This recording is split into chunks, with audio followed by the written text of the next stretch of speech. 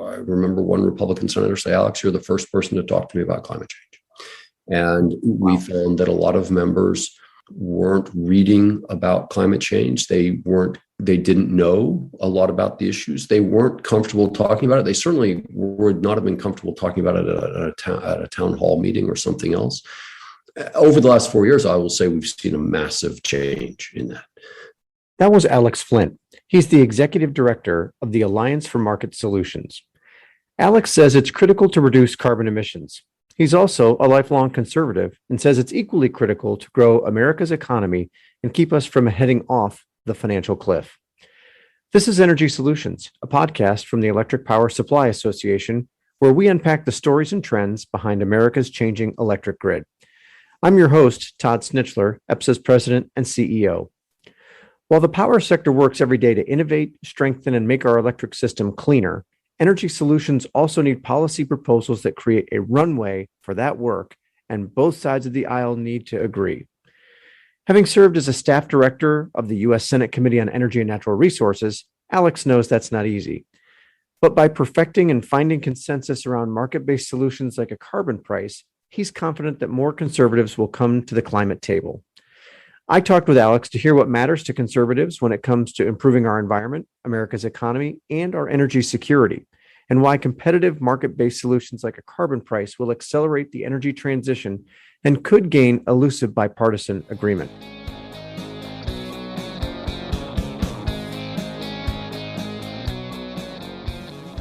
Alex, thank you for joining us. We are delighted that you would be with us today to talk about some important issues that certainly have a substantial amount of the attention of Congress these days, or so it seems.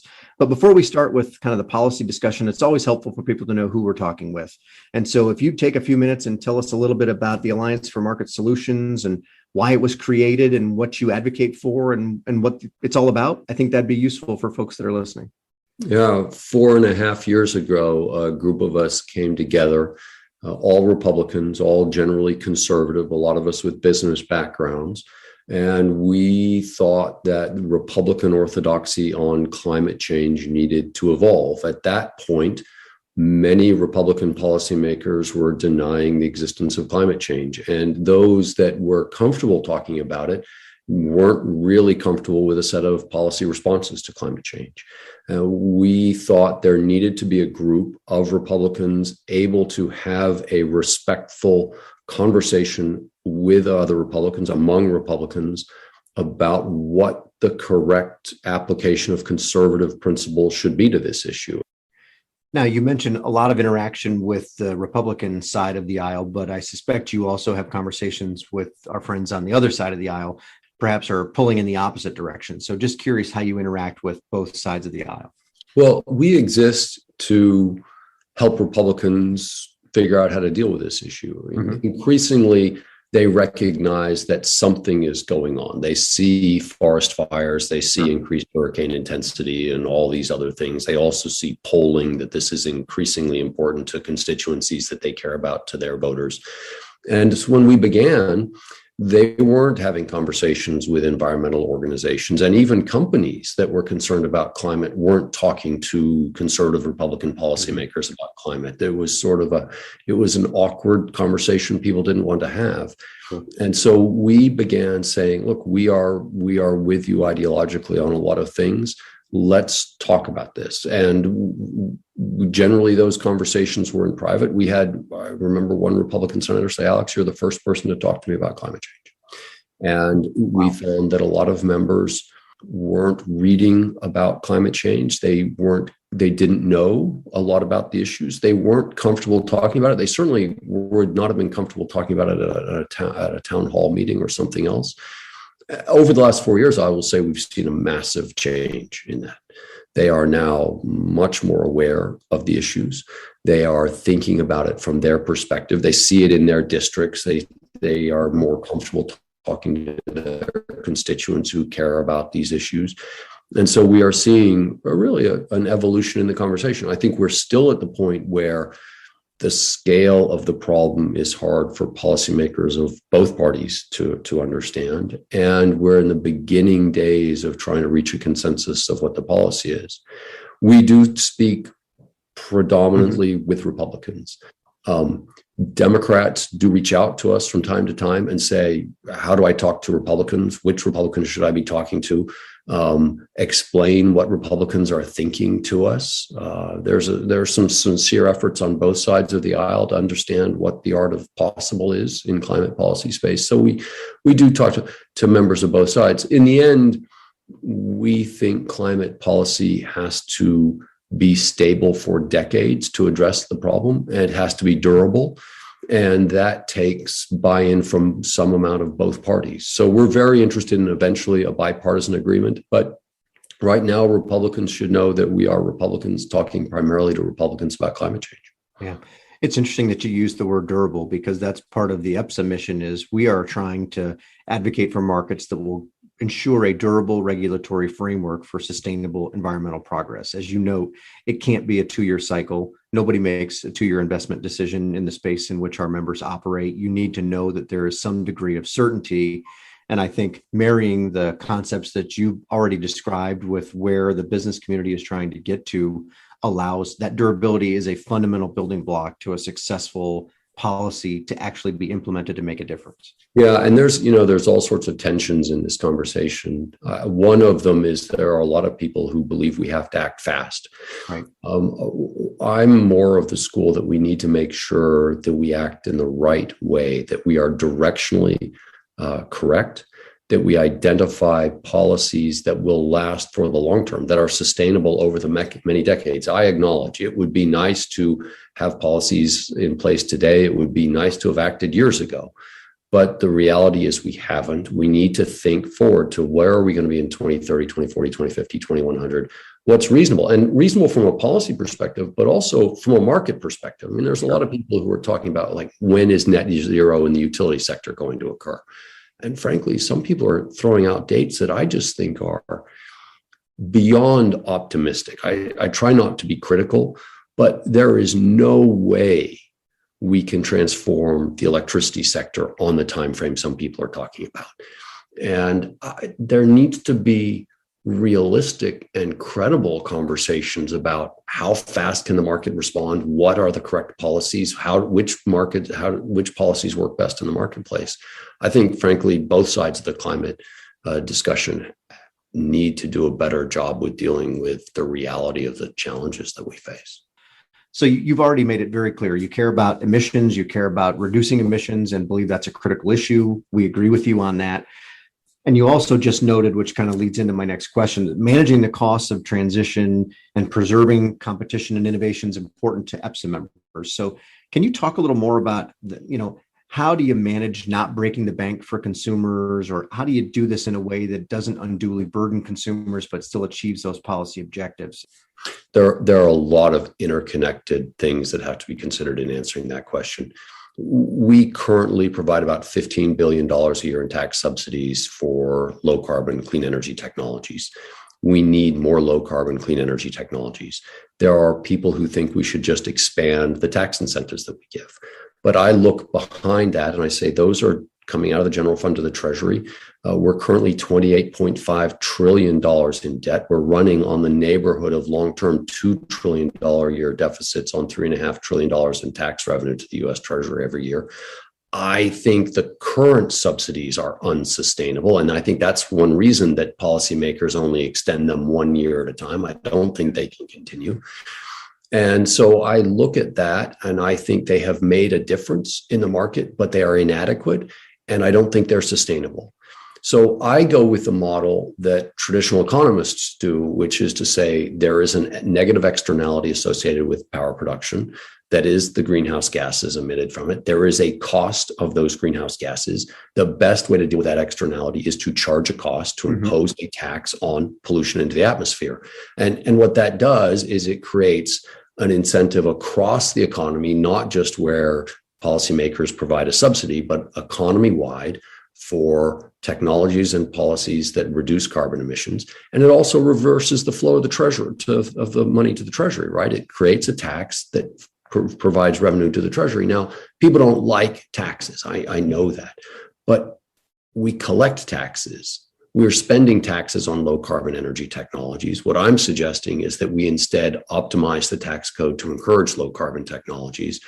The modeling that we use shows that that actually costs less over the long term, and that the market response is more efficient, because what you do is, instead of deploying favored technologies, you simply create an economic incentive for market participants to reduce their greenhouse gas emissions across the economy.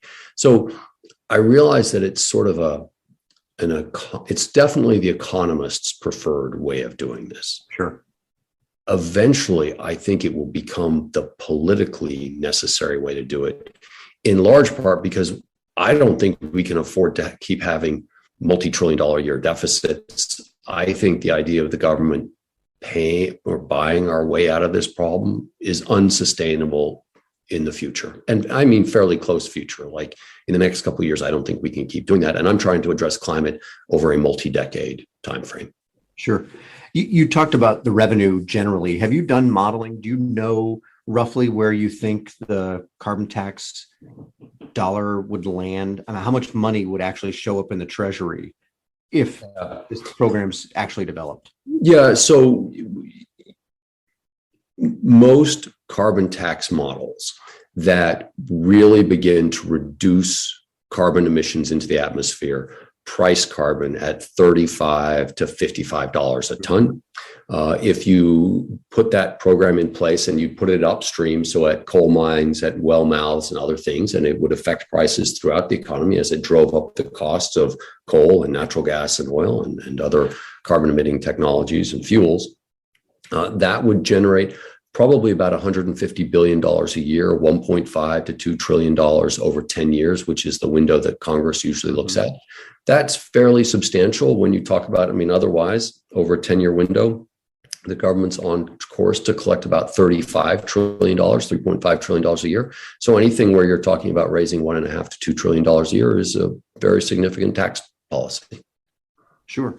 And I think it's important to note that EPSA's members, many of them, support the carbon price, although they have difference of opinion on which model needs to be applied. And so we're not certainly endorsing any one policy, but we do think this is the right conversation for us to be having. What's your view? Do you think there's a viable path forward for an economy-wide price on carbon that stands a chance of passing the political test? Or is that really the crux of the issue, is the lack of political will? Todd, I think climate policy is harder to do than a lot of people recognize. I think a lot of people outside of government design their ideal climate policies and they come and propose them to policymakers, and they fail to understand all of the constituencies that the policymaker is hearing from and trying to compare all of the relative interests. And I think it's hard enough just in the electricity sector, where you've got regions of the country that have a lot of hydro and some that have a lot of nuclear and some that have a lot of coal and some that participate in RGGI and some that are regulated and some that are deregulated. I think it's really hard to put together a national policy, even just in the electricity sector. And then if you start adding manufacturing and transportation and other things, it's really hard to do. And I think a lot of policymakers or those who are proponents of policies fail to understand how really difficult this is. I think in the end, it is very hard to do cap and trade. I think it is very hard to do a purely regulatory approach like under the Clean Air Act. Mm-hmm. My view is that companies are used to changes in the price of their feedstocks. And that if you're, from the corporate perspective, if you give a corporate owner an option of addressing CO2 through a set of regulations that their regulatory folks are going to do, or through a change in the feedstock that their procurement manager is going to do, same effect in the end. They're going to take the program that's managed by the procurement manager. And another interesting thing happens. If it's through regulations, their head of regulatory affairs is going to delay the effect of those regulations on their company as long as they possibly can. Right. If it is a change in the feedstock, a change in the good that they are having to buy, their procurement person is going to accelerate their adaptation to that because they're going to try to gain a market advantage. So from a climate perspective, my view is regulations actually work to delay transformation, whereas market forces, people try to accelerate it. And I think that phenomena will make the response more efficient, more permanent, and consistent with the way people like to run companies. Sure. Talk to me a little bit about what you hear from policymakers on the Hill when you talk to them about this subject. Todd, it's different with almost every policymaker. I think increasingly with the Republicans that I talk to, they acknowledge the climate is changing. Mm-hmm. It's really hard for many of them to come up with government responses that they're comfortable with advocating for, because in general, they believe in small government. Right now, and at the same time, they feel a political imperative because particularly they see college-educated young women voters, many of whom are the voters who determine election outcomes, caring about these issues. Mm-hmm. And so I find that it is, on the one hand, when we're talking with them one-on-one, it's a very contemplative conversation. Like, tell me about this problem. How's it going to become manifest? What should we be thinking about in responses? What are corporations telling you? What are the big trade associations thinking? What's EPSA thinking, as an example? And I think they are going to move into the answer space. I think many of them aren't quite there yet. They have proposals like trillion trees and efficiency and some regulatory streamlining, and they know we've got to do some permitting reform to build in our sector more transmission and things. But I think their policy proposals are just beginning to scale up, and it's going to take some more time to see what they're comfortable with. Now, when I talk about carbon taxes in particular, a lot of policymakers don't like talking about carbon taxes. They don't like talking about taxes at all, right? They remind me, Alex, this country was founded in a tax revolt in Boston Harbor. We hate taxes. But then, a couple of minutes into that conversation but we do have taxes, and we need to talk about what taxes we have. And if we're going to deal with our deficits, what are our taxes going to look like, and what sort of taxes do we want to have? And I think that there's a growing comfort with the fact that we're going to have to address climate, and we're going to have to do major fiscal reform. And it might be that we talk about those two things together. And thank you for bringing that up. I've got about 4 questions in my head at the same time, but I wanted to kind of talk about that because we've talked in the past about where the projections, and I wish we had a visual, but we don't, but where the projections for the deficit are versus what the actual needs in the Treasury would need to be. And the gap is substantial, as you already know, but as you go out into the out years, 10, 20 years in the future, the gap is so large, it's almost incomprehensible. Oh, Todd, I mean, when I came and I spoke to your board, I forecasted the annual deficits of a little under $1 trillion a year. I suspect that chart at that time was showing annual deficits of $600 to $800 billion a year out through 2030, something like that. We are now looking at forecasts of deficits around $2 trillion a year for the foreseeable future on revenues of $3.5 trillion. So, we are spending substantially more than we take in, and we have several trust funds that go insolvent in the near term. A pension benefits guarantee, highway, Medicare, and Social Security in the early 2030s. So, my view, and I'm a fiscal conservative, I believe we are on a clearly unsustainable fiscal path. And I am very anxious that we don't have the capacity right now to deal with our fiscal issues. And I'm concerned that our fiscal condition may soon start dictating to us what we are able to do from a policy perspective, unless we get our fiscal house in order. The sooner the better. Right. And I'm not a financial advisor and I don't play one on TV, but if your household budget was borrowing 40% more than you were actually making, you couldn't sustain that for very long, or you'd be in bankruptcy court. And that's not where we want to be as a nation. And certainly that maybe oversimplifies it a bit, but that's based on your numbers. That's kind of the number. That's the area or the region that we're talking about. Well, you talk about household finances. I'll just tell you, I have more than $28 trillion more than the federal government does. Fair. Good point. Now, I can't print money and I don't have a Federal Reserve, but I think everyone who listens to this podcast's finances are in better shape than the federal government's. And so go back to the subject at hand, what that makes me do is when I think about long-term policies for the country, I don't think we can just spend our way out of our troubles. Right. And in the energy and climate space, that means I don't think the government can afford to pay to remake the energy infrastructure in this country. I think what we have to do is we have to figure out how do we create markets that allow the markets to drive it. I think a couple things. One is the markets can afford to do it more than the government can. Agreed. And markets will be more reliable participants over the long term. And I think the markets will be more efficient. And whatever system it is we were going to build towards, I think the markets can do it more efficiently, which means cheaper. So that it means we can instead devote our resources to other parts of the economy that I want to see grow, in part to deal with our fiscal conditions. Right. And that's, I mean, one of the things that's a basic tenet of the EPSA members is the desire for innovation. I mean, innovation is how we end up with newer technologies, lower emitting resources, higher efficiency, better outcomes environmentally, economically. I mean, that's a core tenet. And that's exactly what you described about ways to incentivize that behavior. And you can't force it. But if you give the market the incentive to come up with the next widget that's going to enable us to achieve these policy objectives, it'll do it far faster and at a far lower cost because I want to be that first mover. I mean, that's kind of basic kind of economics 101. And I'll also tell you, and I worked in the Senate for 15 years doing energy policy, and I will just tell you that energy markets did things that we never anticipated. Mm-hmm. We did not expect wind and solar prices to fall as rapidly as they did. Right. When natural gas was selling at $18 an MCF, we never envisioned, even though George Mitchell was telling us what fracking would do, we never thought natural gas prices would go where they were. I never thought nuclear prices would go where they were. I thought nuclear prices would be lower than they are right now. So partly the challenge is that the market does shift, and government policies have a really hard time keeping up. And so what I think we need to do is we need to develop markets that are optimized for what our total interests are. We need affordable, reliable energy, and we need to have it without messing up the environment. I think we create a market that does that, and we let the market go to work. I'm recalcitrant to say anything after that because we encapsulated it exceptionally well.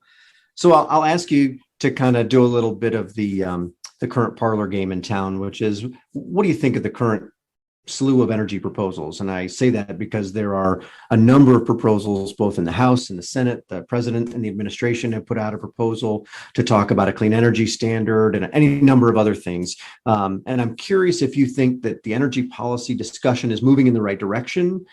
Oh, Todd, that's a great question. Todd, I think the energy issues that we face are very challenging right now. I think that the markets are much more complex than they were when we did the Energy Policy Act of 1992 and 2005 and 2007, because when we deregulated electricity, we created this sort of balkanized system with different regions in it. And frankly, it is very complex and hard for the necessary policymakers to understand. I think the best knowledge is resident in the committees of jurisdiction. Mm-hmm. And yet we are seeing proposals like this bipartisan infrastructure policy being put together by members who aren't necessarily on the committees of jurisdiction. Right. And we have real questions about how will any agreement reached outside the committees of jurisdiction be melded with the products from the committees of jurisdiction and move forward through the process. I think the problems are very complex. I think the legislative outlook is very complex. I don't know if this bipartisan agreement is going to succeed. I will make this observation. I've been a part of many bipartisan agreements. My view is that they normally occur at the end of the process when you need a deal to get it done and to the White House for say. If you do it early in the process, you then have to, everybody negotiates a deal. They then have to keep that deal together through the Senate, through the negotiations with the House, through the negotiations with the White House. And so they're going to have to do this deal again and again and again to get it enacted. And so it's interesting from just a sort of a game theory perspective of where they are. And at the same time, you've got these other dynamics that if we do a bipartisan package, we're going to take the best of the infrastructure, right, save the rest of it for the $3.5 trillion Democrat package. Well, when I was doing these things, you wanted to take the best, put it in the big package, so it gave people an incentive to vote for the big package. Right. If you take all the goodies out, the big package is the really tough stuff, and that can be a hard sell. And at the same time, I don't know that we have the appetite for $3.5 trillion in spending. And I don't say that as a partisan thing. I just say, look at the inflation. Look at what the Federal Reserve is doing. Are we still trying to stimulate the economy with additional borrowed money and spending as part of post-pandemic relief where infrastructure is important? Or do we need to scale back our ambitions? And so I don't think I've ever seen a situation where so many now trillion-dollar balls are up in the air, bouncing off of each other, changing their trajectory. And I'm not certain how any of it's going to turn out. This is one of the most dynamic situations I've observed doing energy policy for over 25 years in Washington right now. Yeah, clearly a lot yet to be decided. Do you think there'll be any momentum that will evolve for a climate-focused policy among conservatives? Because it's clear that this one party's not going to be able to jam this thing through. It certainly seems clear to me, at least, that that's unlikely. So is there a way that you think that there'll be a time for that to grow? And is that going to be before we're completely broke? Or is that going to be what finally pushes people to get to yes? Todd, I don't know. Okay. I'm an advocate for a conservative climate policy. I'm an advocate for a price on carbon, but I honestly, I think your audience is too sophisticated for me to forecast what is going to happen. I will share that one of the things that we've done at AMS is we have reached out to conservative parliamentarians around the world. Mm-hmm. And we have seen conservatives in other countries decide that in order to address climate and to respond to changing politics, they need to address this and even become quite assertive in this space. And look at conservatives in the UK, for example. Sure. I think it is quite possible that in time, US conservative policymakers will believe that the most responsible reaction to climate change is to seek to mitigate its impact, mm-hmm. and could move aggressively into this space with an ethos of responsibility and risk mitigation. A very different sort of application of conservative values than we've seen in the last couple of decades. Mm-hmm. But for me, as a conservative, there is a way to think about obligations associated with climate change, which is to face them straight on and seek the most efficient response to preserve our way of life. I think that can become the overarching conservative response to climate change. But honestly, politics is really difficult right now. Yeah. And I don't know when this is going to happen. Given the climate issues that we are seeing, given the fiscal issues, seeing our trading partners move in this direction, I hope we move as soon as possible.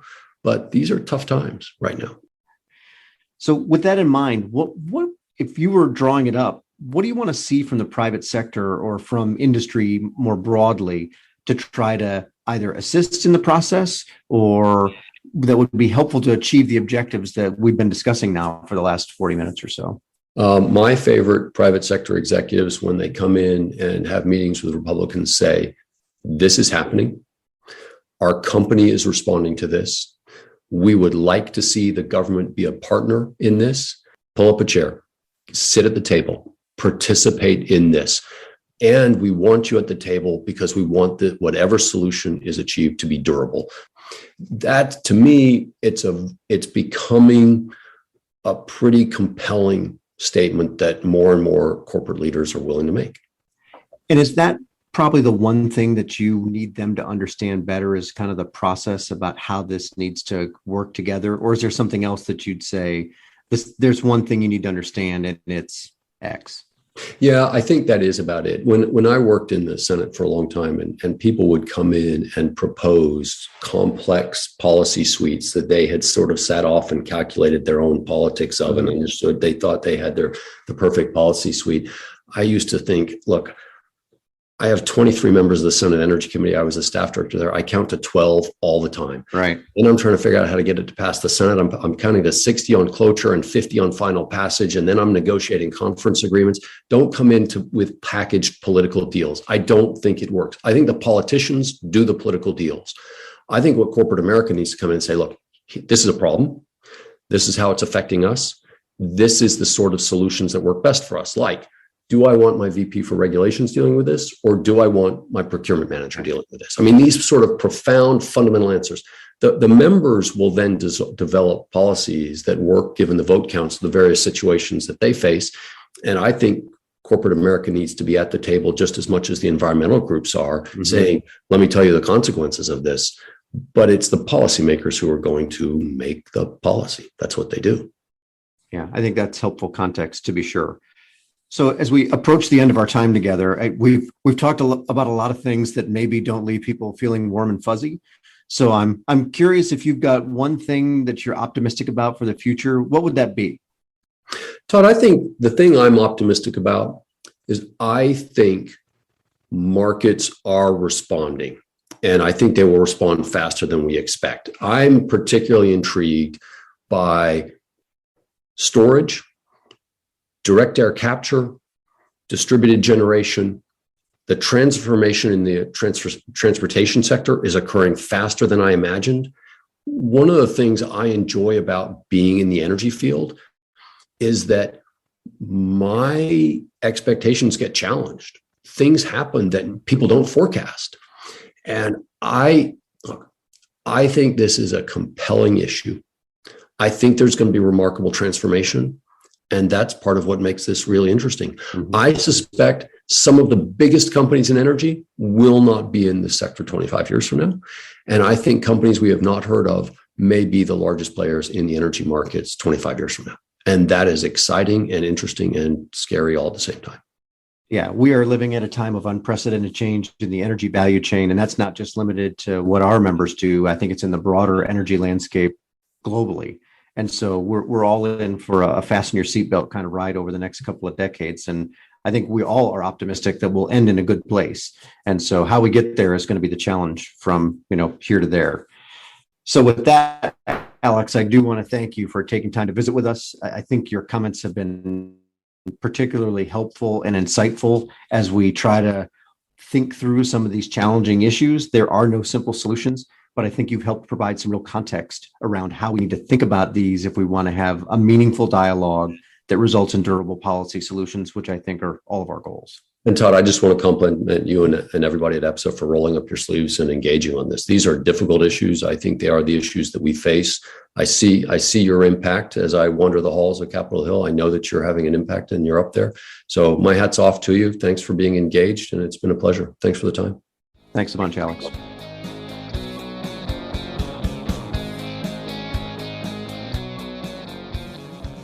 As we look for policies that successfully put market solutions to work and achieve big results, I couldn't let Alex go without asking him a question I've been struggling with for some time. There was a conservative approach that was applied to SOx and NOx emissions reductions in the early 1990s. And it was a market-based solution that delivered results faster, cheaper, and in ways that I don't think even those who supported the program and proposal thought it would deliver. I know you're familiar with it, but I'm curious if you think that type of a program or proposal is somehow or some way replicable in the carbon emissions question. Todd, the cap and trade program for SOx and NOx has conservative origins, and I think can be applied to other pollutants in the energy sector. The failure of Waxman-Markey has left a lot of policymakers reluctant to pursue that. Mm-hmm. I think it's difficult to implement a cap and trade program. I think the Europeans have, and theirs is moving towards being effective. And we all have to watch that. We also have to watch what the Chinese are doing, because it is possible that they will put in place not just Chinese, but could one day have global participants in that system. Mm-hmm. Given how hard climate policy is, I'm convinced that it may be easiest to achieve if we combine the efficiency of a carbon tax with the need for fiscal reform. Mm-hmm. So when I got involved in this, I knew how hard climate policy was. I wanted to see if by converging two sets of interests, climate and fiscal, we could better advance a policy. It will be a number of years before Washington policymakers go back and try cap and trade again. Mm-hmm. But if we don't make progress in other areas, we might be trying a cap and trade system at some point. Thank you, Alex. Yep. Cheers. While it may seem impossible, we can build a cleaner grid that is reliable and doesn't break the bank. Power generators in competitive markets are already racing to build more efficient, cleaner, and reliable technology to meet demand. By enhancing competitive power markets and equally applying a carbon price to all available energy options, we target what really makes a difference for our climate, emissions. Then we point the power of competition to drive companies to innovate. As Alex explained, it will be a much more budget-friendly and even economy-growing path. Even in places like Capitol Hill, that seems like an idea everyone might be able to agree on. You can find more information about the latest progress from competitive power suppliers and what policies can help achieve the best policy outcomes on our website at www.epsa.org. Thanks for listening to Energy Solutions. If you like this episode, please share it on social media or with your coworkers, friends, and family. You can also connect with us on Twitter at EPSA News and on LinkedIn. And subscribe, follow, leave a rating, or comment on Spotify, Pandora, Google, or wherever you listen to your podcasts.